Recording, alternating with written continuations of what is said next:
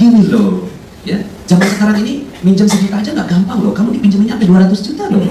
Bagaimana saya nggak salut sama kamu? Berarti kamu ini orang yang amanah, kamu ini orang yang terpercaya, kamu tuh orang yang dipercaya sama orang. Ya kan saya salut sama kamu, bisa sampai orang minjemin kamu 200 juta. Iya juga ya.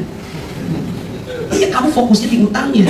Utang tuh kepala kamu tuh utang, maka ya ininya jadi utang, di sininya utang, maka di sana tuh gitu ya. Itu terproyeksinya utang. Nah, pikiran kita, alam bawah sadar kita, jiwa kita gitu ya, berpikir utang, di sininya utang.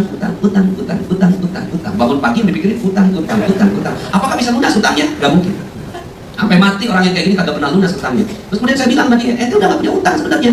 Gitu. Oh gitu ya Pak Nas, itu gak punya. Itu yang punya amanah. Gitu. Beda utang sama amanah. Kalau utang negatif, gitu. Tapi kalau amanah itu jauh lebih positif. Gitu ya. Jadi amanah.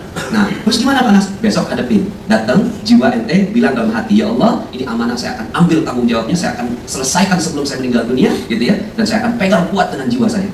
Gitu ya Pak Nas? Siap. Itu kan besok dia datang itu orangnya. Ya. Pas ketemu lapor sama saya, subhanallah Ustaz. Orangnya ngasih waktu. Nah, itu dia tuh. Bismillahirrahmanirrahim. Assalamualaikum warahmatullahi wabarakatuh. Magnet rezeki satu sama terhubung.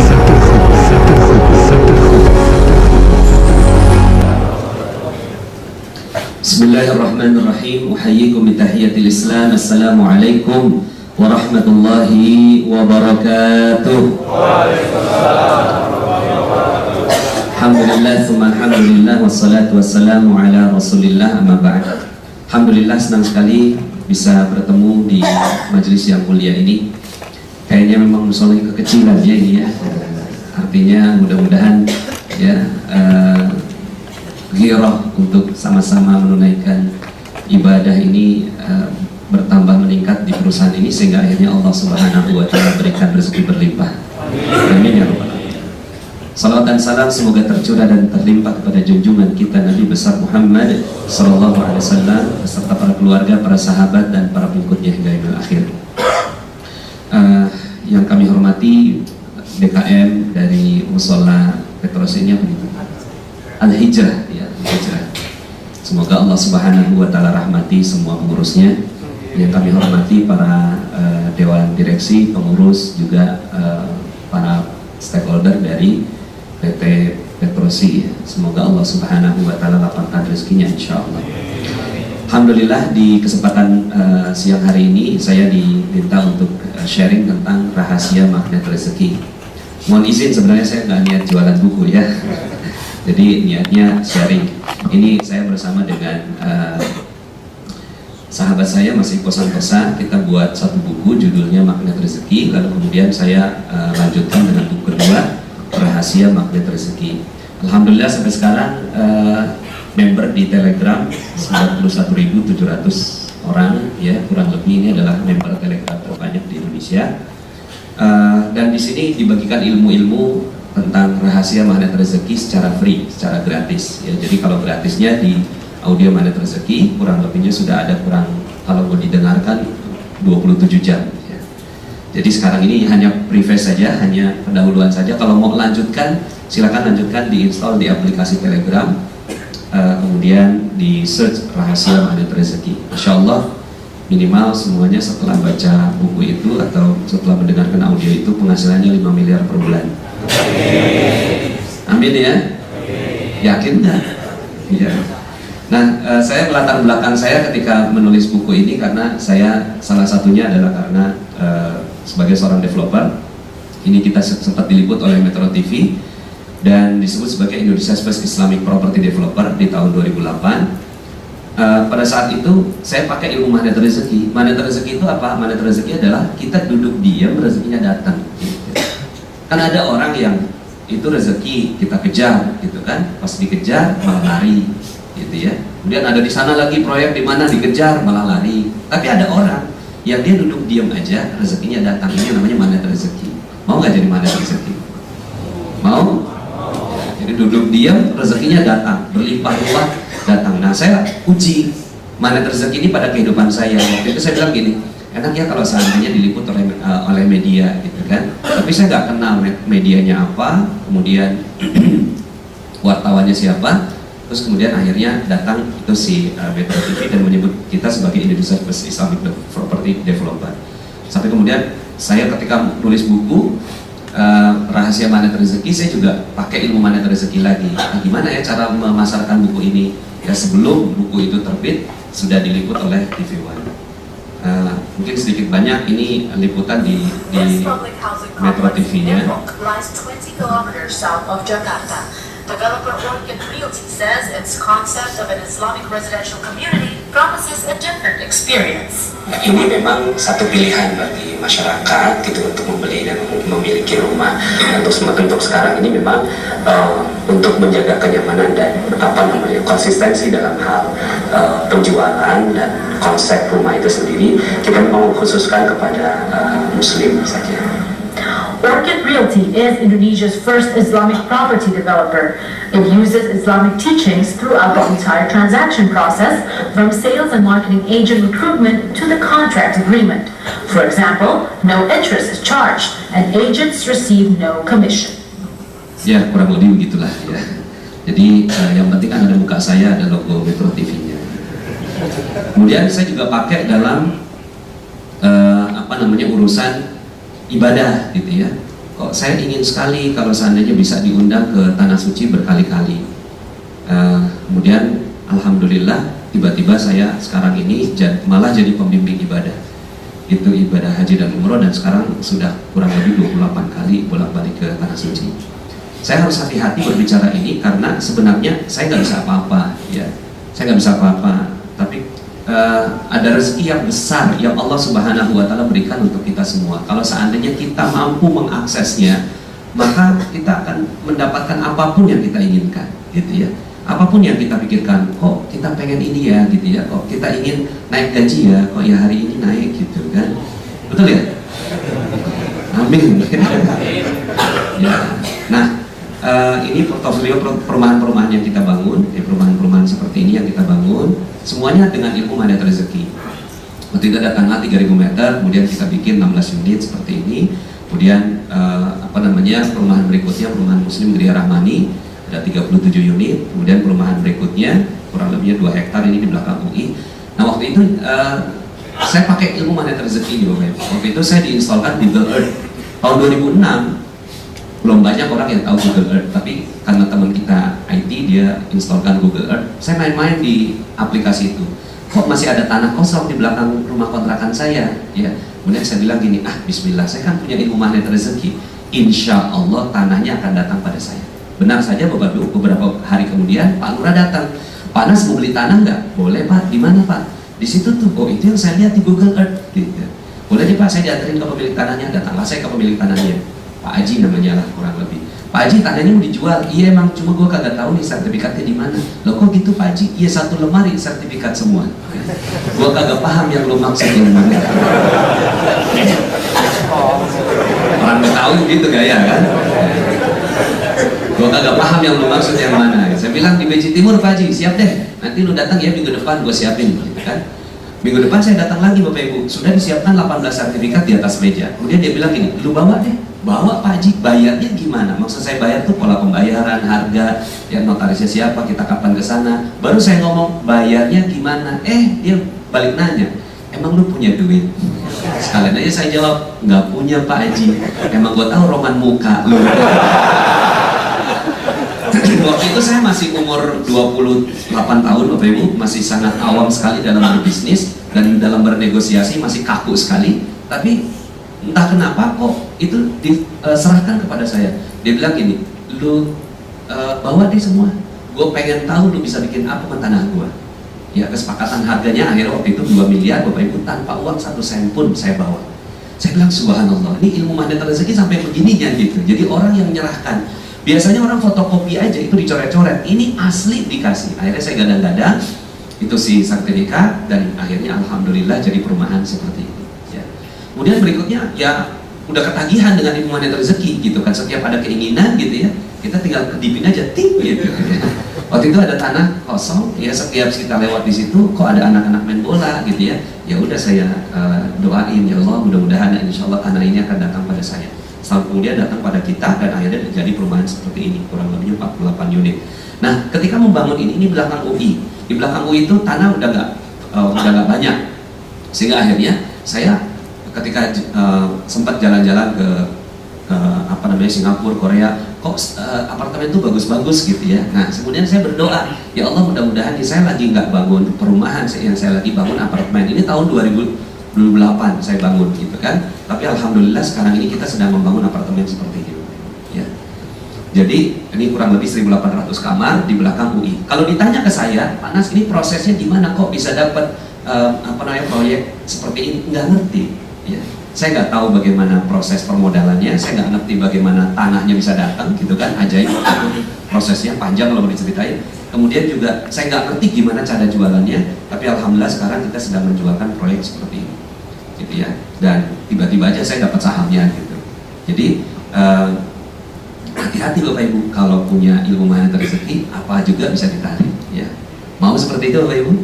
Nah, akhirnya saya sayang kalau seandainya ilmu ini cuma saya yang miliki sendiri. Saya pengen sekali berbagi gitu ya, agar semua orang bisa memiliki ilmu yang sama. Ya, ini proyek-proyek saya. Nah, Bapak Ibu, ada beberapa prinsip yang kita akan sampaikan dalam waktu yang singkat ini.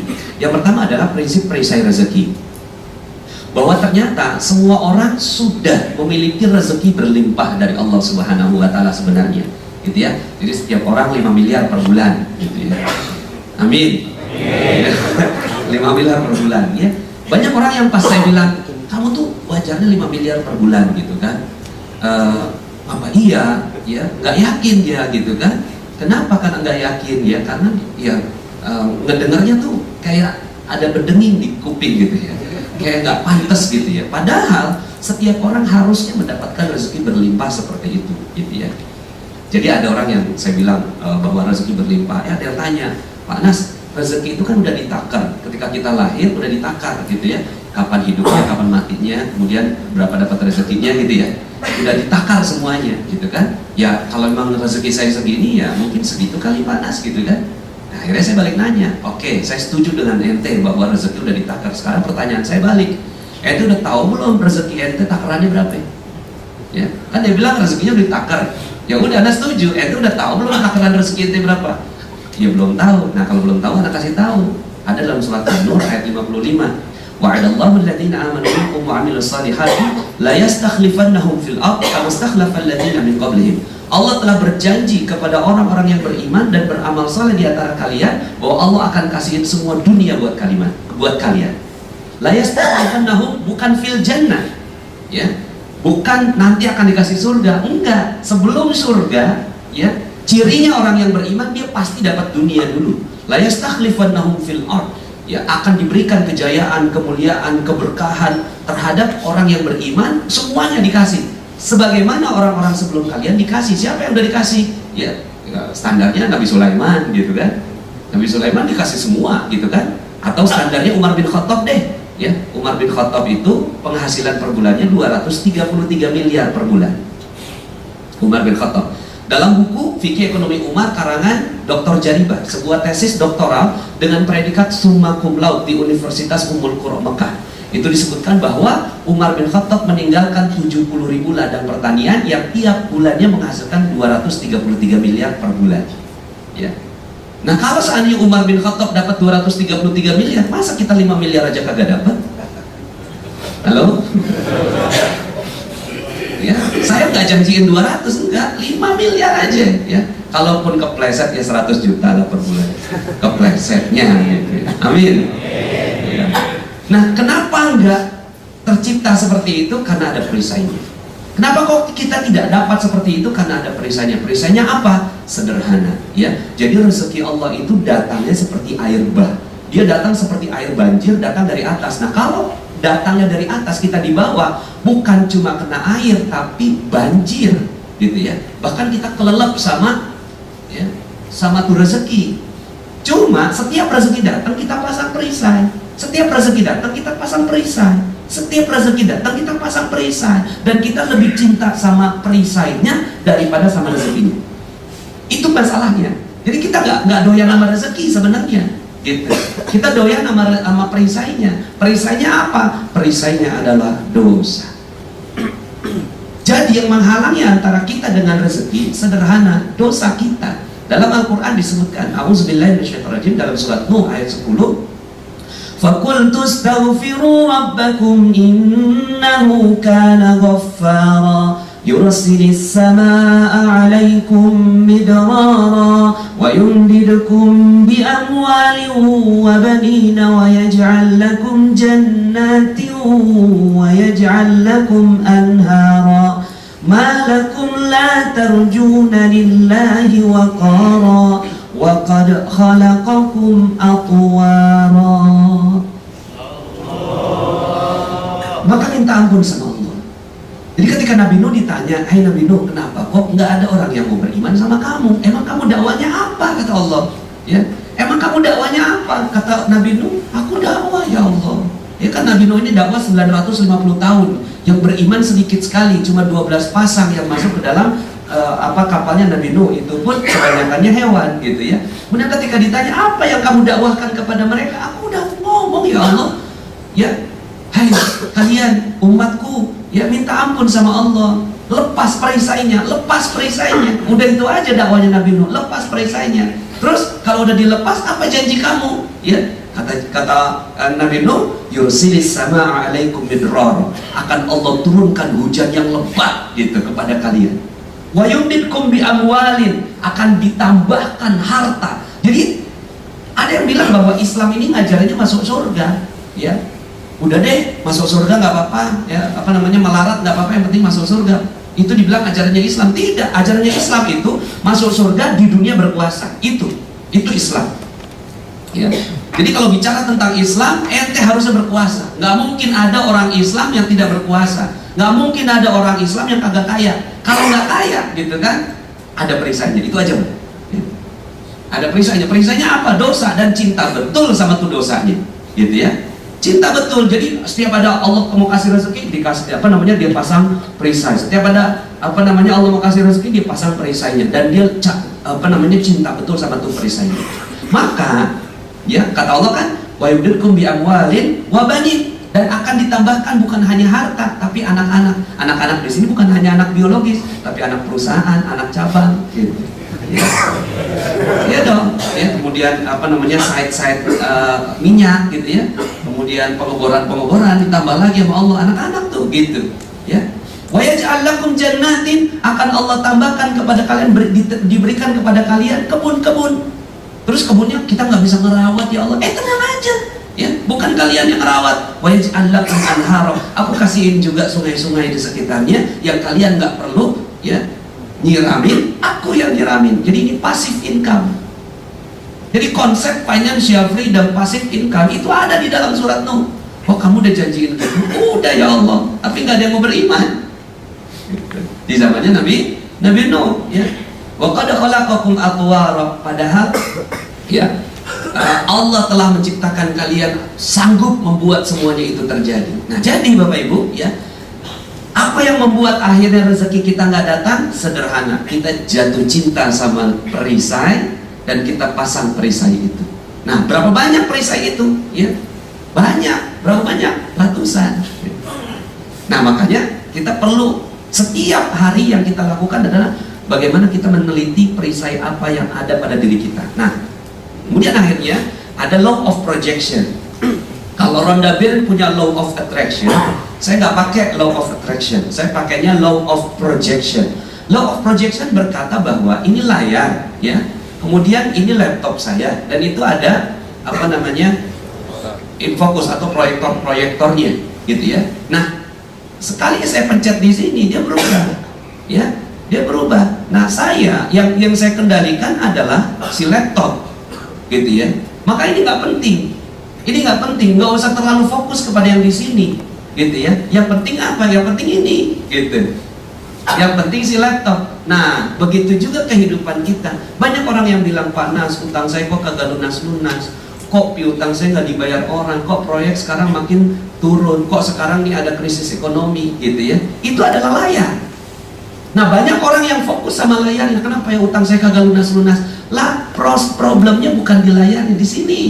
Ente mau otak-atik di sini, otak-atik bolak-balik segala macam di sini, kagak bisa. Ya.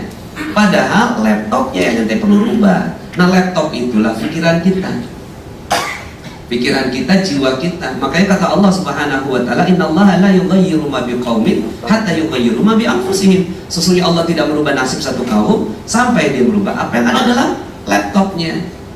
Apa yang ada dalam jiwanya, bi anfusihim, ma bi anfusihim. Maka ada orang yang datang ke saya, "Panas, hidup saya hancur," gitu ya. Kemudian saya bilang, "Wow, keren."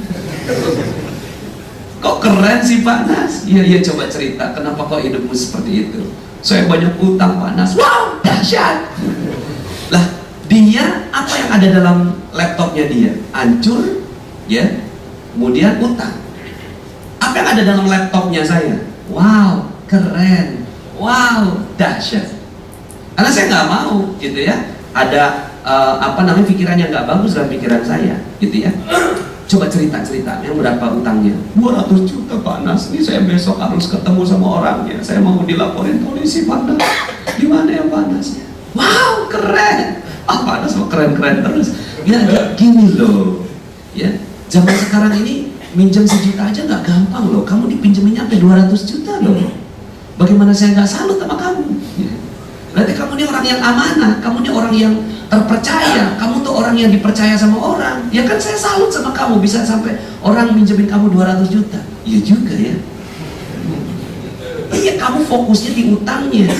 Utang tuh kepala kamu tuh utang, maka ya ininya jadi utang, di sininya utang, maka di sana tuh gitu ya. Itu terproyeksinya utang. Nah, pikiran kita, alam bawah sadar kita, jiwa kita, gitu ya, berpikir utang, di sininya utang. Bangun pagi yang dipikirin utang. Apakah bisa lunas utangnya? Gak mungkin. Sampai mati orang yang kayak gini kagak pernah lunas utangnya. Terus kemudian saya bilang sama dia, ente udah gak punya utang sebenarnya. Gitu. Oh gitu ya Pak Nas? Nggak punya. Ente yang punya amanah. Gitu. Beda utang sama amanah. Kalau utang negatif. Gitu. Tapi kalau amanah itu jauh lebih positif, gitu ya. Jadi amanah. Nah, terus gimana Pak Nas? Besok hadapin, datang jiwa ente bilang dalam hati, ya Allah, ini amanah, saya akan ambil tanggung jawabnya, saya akan selesaikan sebelum saya meninggal dunia, gitu ya. Dan saya akan pegang kuat dengan jiwa saya. Gitu ya Pak Nas? Siap, gitu kan. Besok dia datangin tuh orangnya. Pas ketemu lapor nama saya, subhanallah Ustaz, orangnya ngasih waktu. Nah itu dia tuh. Waktu itu jadi amanah juga kan, karena ente amanah maka jadinya amanah. Di sini layar ente, kehidupan ente jadinya amanah. Nah kemarin amanah berupa 200 juta uang, sekarang amanah berupa waktu. Besok kalau ente terusin tuh amanah. Oke, saya udah gak punya utang, saya lunas utangnya, yang saya punya amanah, gitu ya. Maka bentar lagi tuh amanah berupa supplier yang datang, amanah berupa konsumen yang loyal, amanah berupa karyawan yang setia. Itu amanah. Terus aja ente nanti dapetin amanah berkali-kali. Tapi kalau utang berkali-kali. Jadi sekarang saya mau tanya di sini, masih ada yang punya utang nggak di sini? Halo? Ada yang masih punya utang nggak di sini? Nggak, saya mau tanya beneran nih, masih ada yang punya utang nggak? Udah nggak ada? Inilah ceramah paling cepat melunasi utang. Ya udah, bilang sama Allah, ya Allah amanahnya akan saya jaga sekuat jiwa saya. Udah selesai, bismillah, insya Allah. Nah ini bicara tentang law of projection. Apa saja yang ada dalam pikiran kita itu semua mewujud menjadi nyata. Contohnya misalnya, ada nggak jalanan macet di Jakarta? Halo? Jalanan macet di Jakarta ada? Ada nggak jalanan macet? Oh, bukan orang Jakarta. Ada nggak jalanan macet? Ketika kita bilang ada, maka kita lagi berdoa, ya Allah macetkan hidupku, macetkan rezekiku, macetkan kebahagiaanku, macetkan jodohku. Gitu.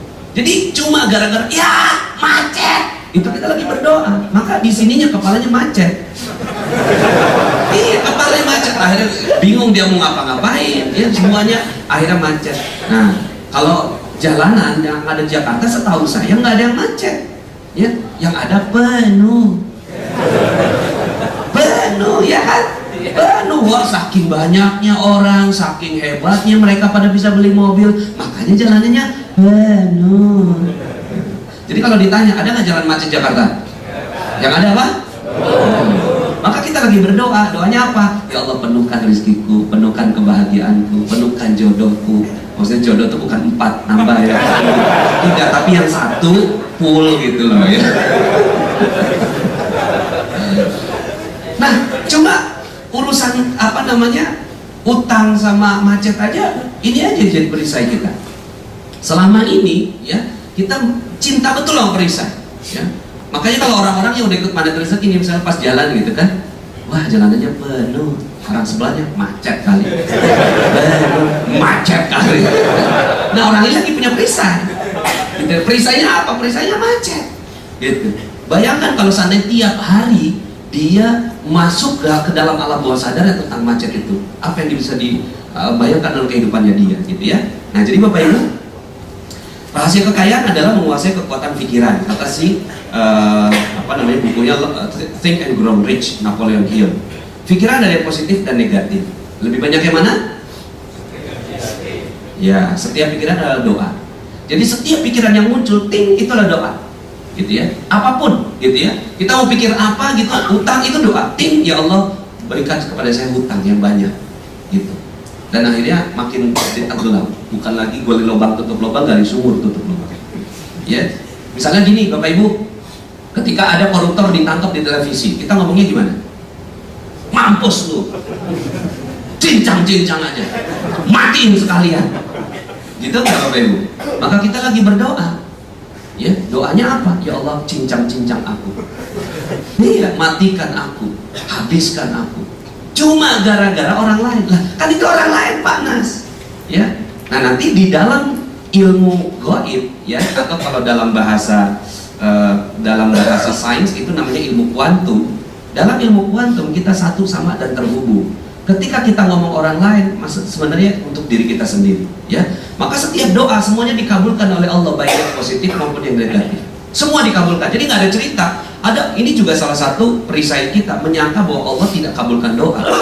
Padahal Allah kabulkan doa sebelum tangan kita tertutup, sebelum tangan kita ya turun, Allah sudah kabulkan doa. Artinya apa? Ya semua doa kita dikabulkan, cuma yang di kepala ini berapa banyak? 60.000 kali. Ting ting ting ting ting, ini penelitian ya. Suka nggak suka, mau nggak mau, terpaksa nggak terpaksa, kita selalu berpikir dan dia selalu berproyeksi. Ding ding ding, utang utang utang utang utang utang utang utang utang utang. Ya, maka ini yang didoakan. Pak Nas, saya udah duha, udah tahajud, udah sedekah, tapi kok saya masih miskin juga. Kenapa Allah tidak kabulkan doa saya? Itu udah dikabulin. Saya bilang gitu. Enggak Pak Nas, saya nggak pernah dikabulin doa saya sama Allah. Padahal saya udah duha, udah tahajud, udah sedekah, saya masih miskin juga. Itu udah dikabulin. Kalimat terakhir. Maka duhanya nggak laku, tahajudnya nggak laku, sedekahnya nggak laku. Yang laku apanya? Miskin. Gitu.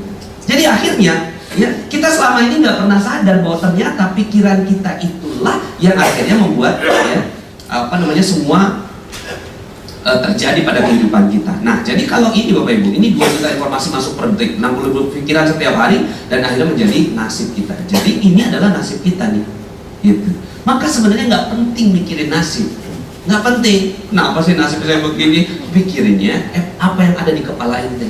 Kalau yang di kepalanya isinya utang, ya, kemudian macet, kemudian sakit, kemudian cerai, ya, apalagi yang nonton infotainment tuh, ya, cek and recheck, silet, gergaji, paku, palu. Ya. Dia udah tahu aja siapa artis yang kawin cerai sekarang ini, ya kan?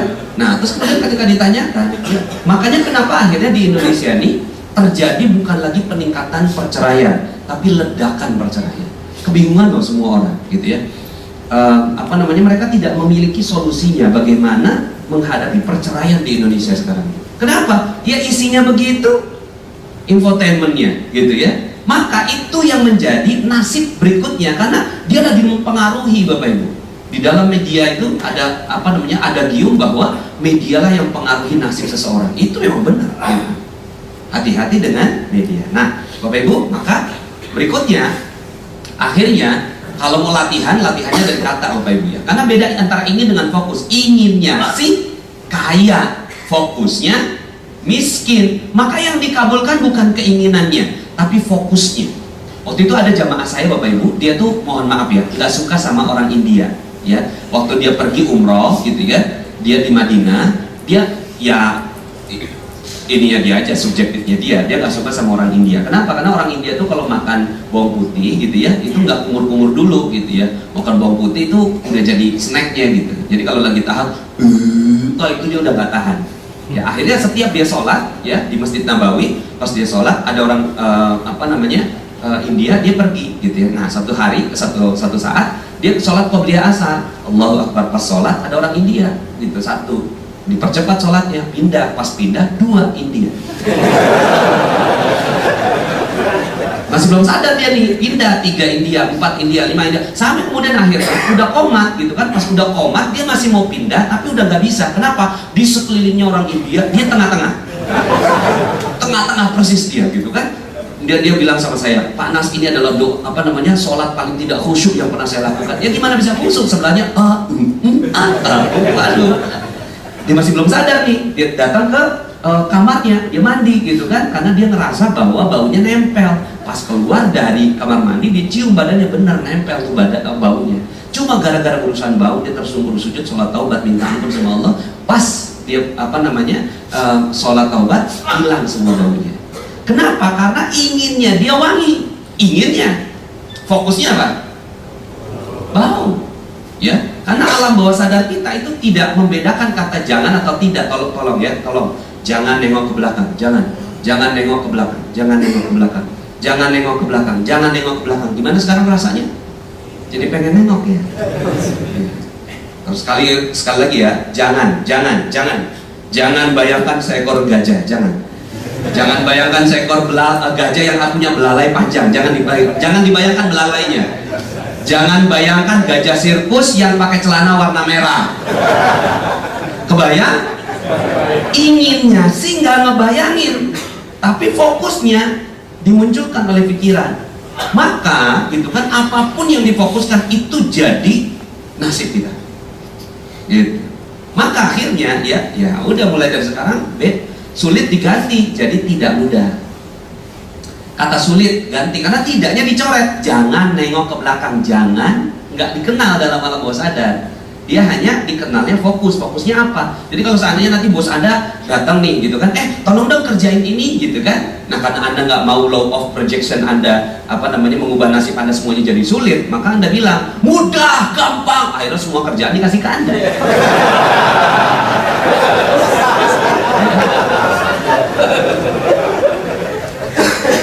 Ubahnya nggak kayak gitu, tapi tidak mudah, gitu kan? Ya memang, oke bos, memang tidak mudah bos mengerjakan ini, tapi bukan sulit. Penelitian membuktikan bahwa seseorang menyebutkan kata sulit, susah itu 30 kali sehari di dunia kerja. Ya, coba dihitung temannya, ya. Pas dia ngomong susah, ada 30 kali rata-rata manusia di seluruh dunia, gitu ya. Maka akhirnya apa yang terjadi pada hidupnya dia? Kira-kira hidupnya jadi apa?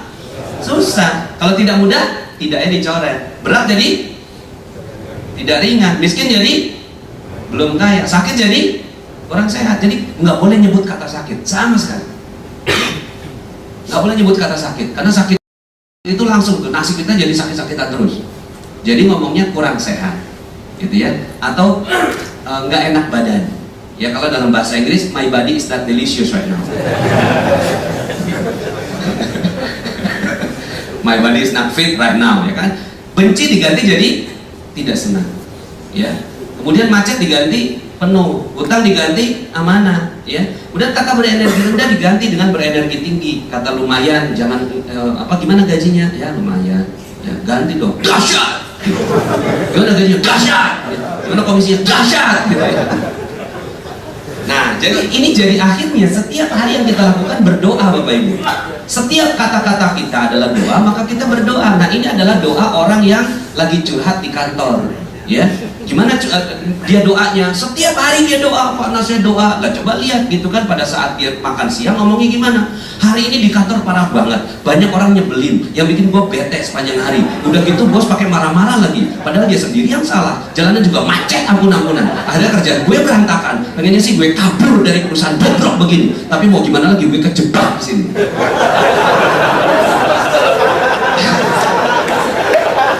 Anda bisa perkirakan nggak nasibnya dia? Udah ketebak Bapak Ibu. Ini law of projection, gitu ya. Apa saja yang ada di kepalanya dia pasti jadi kenyataan, ya. Nah, seiring berjalannya waktu, karena Anda nggak mau punya perisai, ini perisainya Bapak Ibu. Yang merah-merah ini perisainya, gitu ya. Itu perisai Anda, gitu. Jadi bayangkan kalau seandainya setiap hari Anda dan Anda cinta betul sama perisai ini, gitu ya. Anda cinta betul sama perisai ini, akhirnya yang 5 miliar nggak dapat Bapak Ibu per bulan. Nah, seiring berjalannya waktu, Anda melatih jadi kayak gini Bapak Ibu, ya. Hari ini di kantor enggak nyaman sekali untuk saya, jadi enggak nyaman, ya. Tapi doanya jadinya nyaman. Banyak orang yang tidak membuat saya nyaman sepanjang hari. Bos juga begitu, dia lagi kurang mood. Nah, marah-marah diganti kurang mood, ya. Padahal dia juga yang salah, diganti tidak tepat. Merespon laporan saya, jalanan macet, diganti penuh. Akhirnya kerjaan saya jadi berantakan, diganti nggak selesai. Inginnya sih saya cari pekerjaan lain, tapi belum dapat gantinya, belumnya dicoret. Jadi ya, lebih enak nggak Bapak Ibu? Nah, seiring berjalannya waktu, adalah orang-orang yang magnet rezeki. Magnet rezeki itu adalah orang yang ketiga, ya. Dia ngomongnya gini Bapak Ibu, faktanya sama, tapi respon mereka berbeda. Hari ini dahsyat banget, orang-orang di sekeliling aku seperti suplai energi yang luar biasa untuk kesuksesan aku. Terus juga keren deh pokoknya, tinggi suara sedikit tapi reda pas aku respon dengan positif. Jalanan penuh, jadi aku bisa kerjain beberapa pekerjaan di mobil kantor. Ini pekerjaan terbaik yang pernah aku lakukan, sambil berdoa agar Allah berikan pekerjaan yang jauh lebih baik lagi.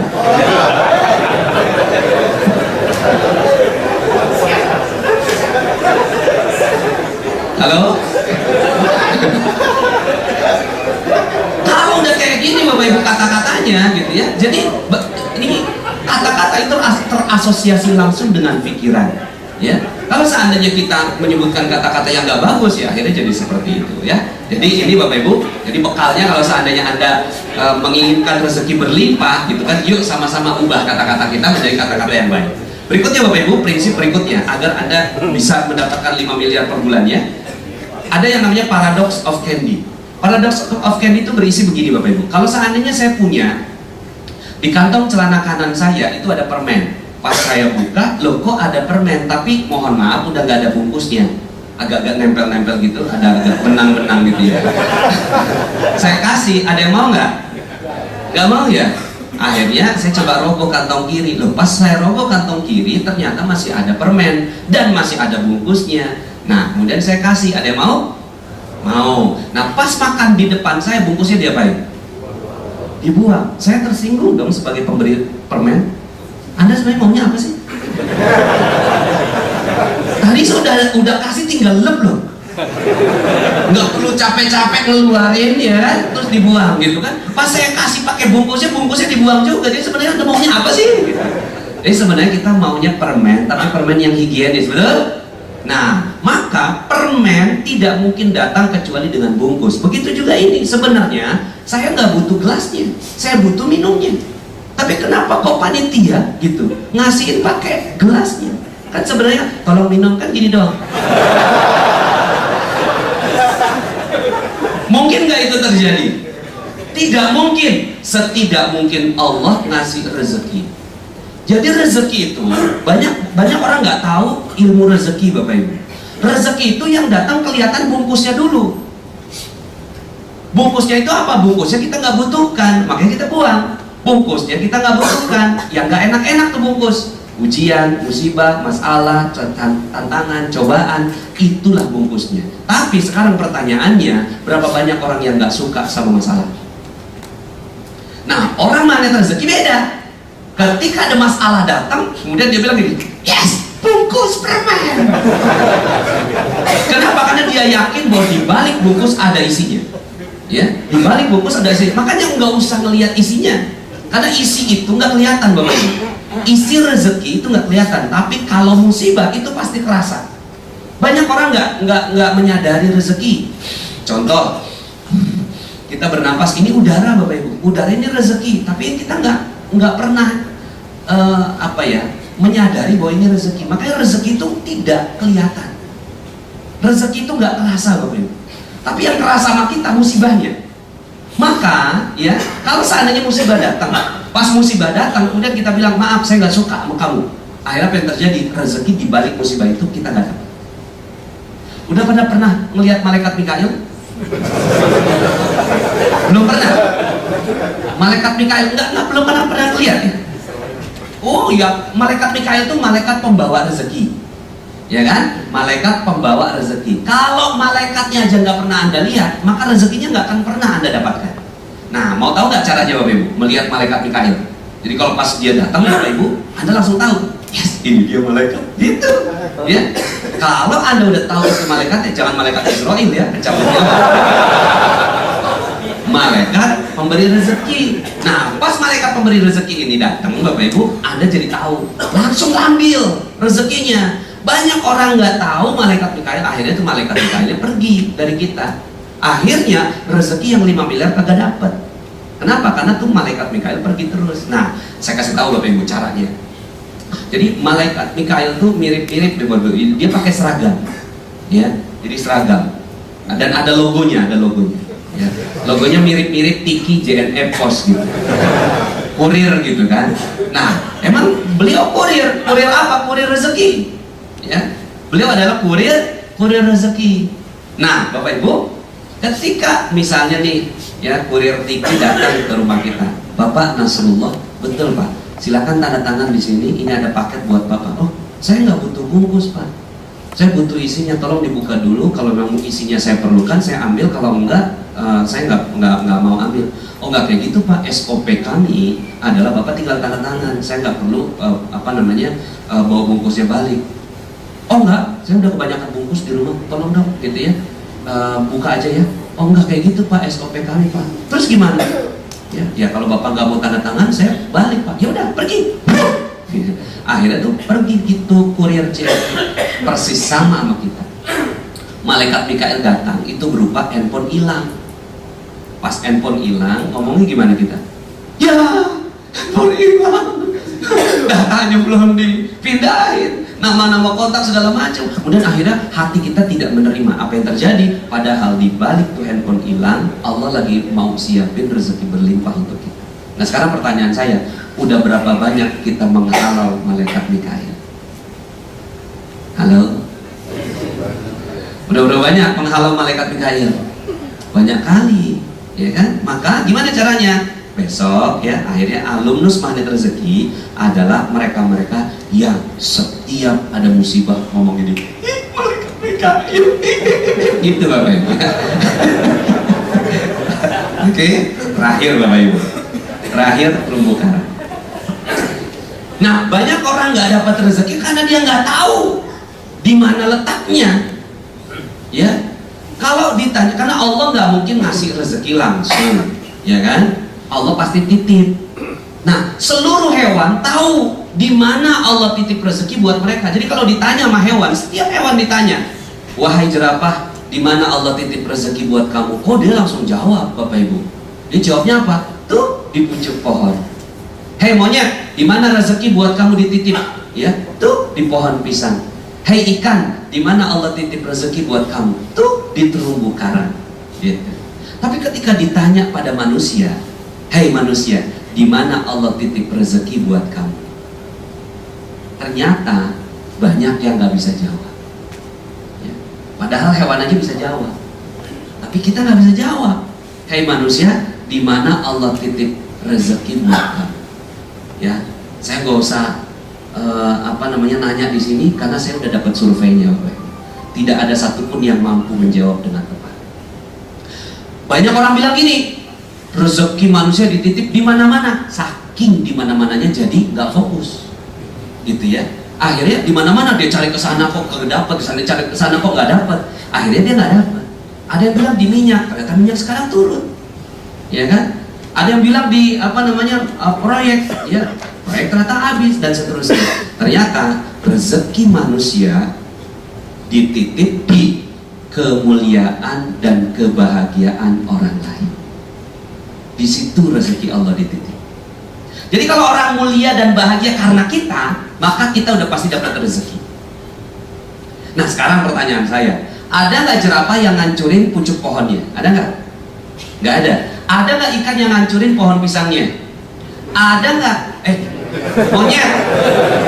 Ya. Ada nggak monyet yang hancurin pohon pisangnya? Nggak ada. Ada nggak ikan yang menghancurkan terumbu karangnya? Nggak ada. Sekarang pertanyaan saya, ada nggak manusia yang menyakiti perasaan manusia lain? Kenapa? Karena dia kagak ngerti di mana letak rezekinya. Dia pikir di Petrosi, ya. Dia pikir di Petrosi. Akhirnya gitu kan, dia kejar Petrosi, sementara istrinya nggak bahagia sama dia. Ada orang datang ke saya, Pak Nas, kenapa ya utang saya kok kagak lunas-lunas? Tolong dong kasih solusi buat saya. Saya tanya sama dia, istri ente bahagia nggak mente? Saya lagi nanya utang, Pak Nas, kenapa kok utang saya kagak lunas-lunas? Iya, anak tanya, istri ente bahagia nggak mente? Kayaknya kagak nyambung deh, Ustaz. Kan anak nanyanya utang. Iya, anak tanya, istri ente bahagia nggak mente? Ya udah sebelum anak nanya utang ya Ustaz ya, gitu. Anak jawab deh Ustaz, enggak kayaknya Ustaz. Lah ya udah itu jawabannya, kenapa kok utang ente kagak lunas-lunas? Orang yang paling dekat sama ente aja kagak bahagia sama ente. Ya, udah selesai dah tuh, ya kan? Lah kita pikir bahwa rezeki itu ada di Petrosi, tapi ibu kita nangis gara-gara kita. Anak kita kecewa gara-gara kita, gitu ya. Ya udah habis udah. Dan kemarin itu kan ada peristiwa terumbu karang Bapak Ibu. Ya ada apa namanya? Kapal dari Inggris gitu kan, ngerusak terumbu karang yang ada di Raja Ampat. Itu kurang lebih 2 kali lapangan bola.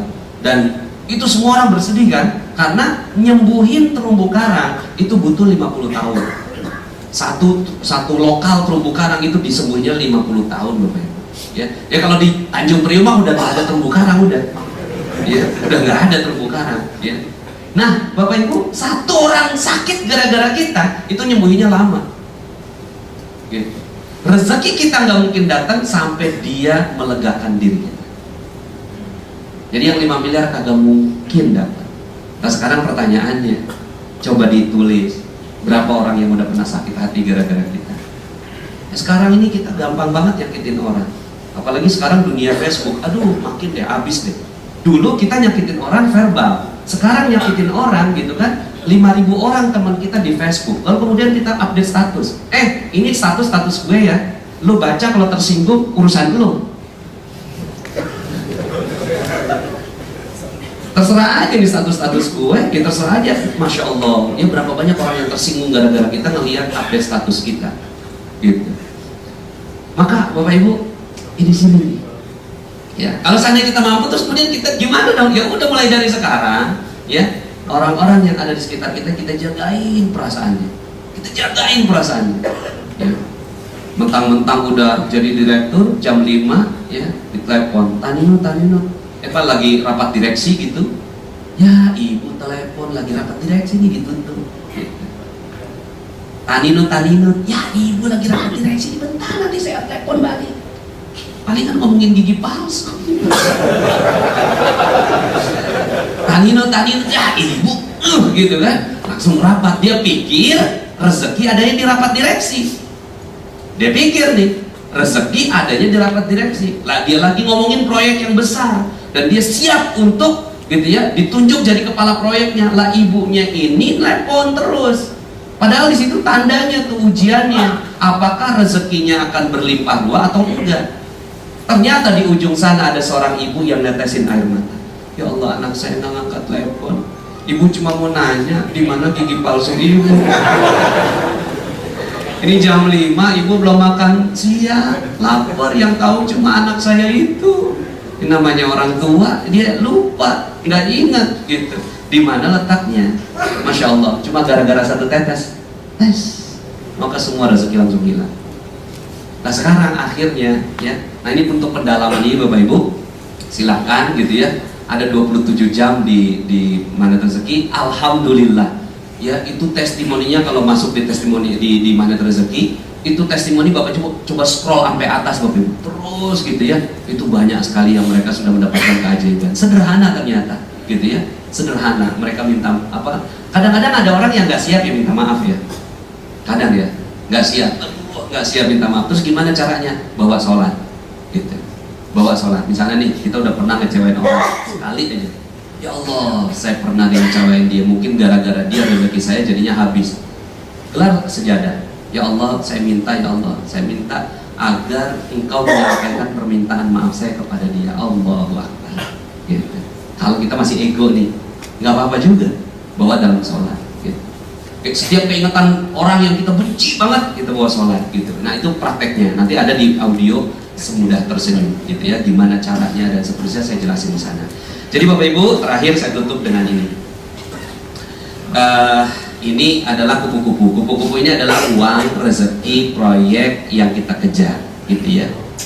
Nah, banyak orang dia pergi pagi pulang sore, pergi pagi pulang malam bawa jaring, ambil kupu-kupu masukin dalam sangkar. Besoknya gitu lagi, ambil kupu-kupu masukin dalam sangkar. Besoknya begitu lagi, ambil kupu-kupu masukin dalam sangkar. Kemudian setelah terkumpul 1000 kupu-kupu di dalam sangkar, kemudian dia pengen bermain dengan satu aja kupu-kupunya. Apa perasaannya ketika dia mulai membuka sangkarnya? Apa perasaannya? Gelisah, resah, khawatir kalau yang keluar bukan cuma satu, tapi yang keluar semuanya. Lah kalau mau main dengan kupu-kupu, kenapa tidak bangun taman? Ya. Tapi alatnya berbeda, yang satu pakai jaring, yang satu pakai pacul. Dia mulai memacul, masukin benih, disiramin pelan-pelan, lalu kemudian muncul tangkainya, dia mulai bahagia. Ketika muncul daunnya, ketika muncul bunganya, kupu-kupu datang sendiri. Dan ketika dia bermain dengan satu kupu-kupu, perasaannya ada nggak gelisah, khawatir, cemas tadi seperti tadi? Nggak ada. Ketika malam tiba, ketika kupu-kupu tidak ada, maka apa yang terjadi? Apakah dia gelisah? Tidak, karena besok ada lagi. Kenapa? Karena dia punya tamannya. Nah maka Bapak Ibu, jadilah orang yang merawat taman rezeki. Taman rezeki itu apa? Mulai dari pikiran, kemudian kita senang sekali dengan Paradox of Candy, kemudian terumbu karang, dan ada beberapa lagi yang lain dalam audio magnet rezeki. Mudah-mudahan dengan kita merawat taman kita, maka kita menjadi magnet rezeki yang luar biasa. Demikian Bapak Ibu, mudah-mudahan bermanfaat. Jadi saya doakan semoga Petrosi menjadi perusahaan yang bisa menggaji karyawannya 5 miliar per bulan. Amin ya. Bayangkan kalau Petrosi bisa menggaji karyawannya 5 miliar per bulan ya. Oke, baik. Terima kasih. Mohon maaf atas segala ketidaksempurnaannya. Atau ada yang mau nanya? Enggak usah ya. Atau ada yang mau nanya? Kalau nggak ada, cukupin ya. Baik, alhamdulillah. Terima kasih. Bila taufiq wal hidayah. Subhanakallahumma bihamdik asyhadu an la ilaha illa anta astaghfiruka wa atubu ilaik. Assalamualaikum warahmatullahi wabarakatuh. Bagi teman-teman yang belum subscribe dan baru saja menemukan channel ini, silahkan subscribe. Insya Allah Anda akan mendapatkan materi-materi yang terbaik dari channel ini. Insya Allah Anda adalah makhluk yang ajaib, tinggal kita sempurnakan faktor-faktornya. Dan insya Allah dalam video-video berikutnya kita akan lanjutkan materi ini sampai Anda menemukan potensi terbesar diri Anda dan menjadi makhluk ajaib sebagaimana yang Allah Subhanahu wa Ta'ala inginkan untuk Anda. Sampai jumpa. Assalamualaikum warahmatullahi wabarakatuh.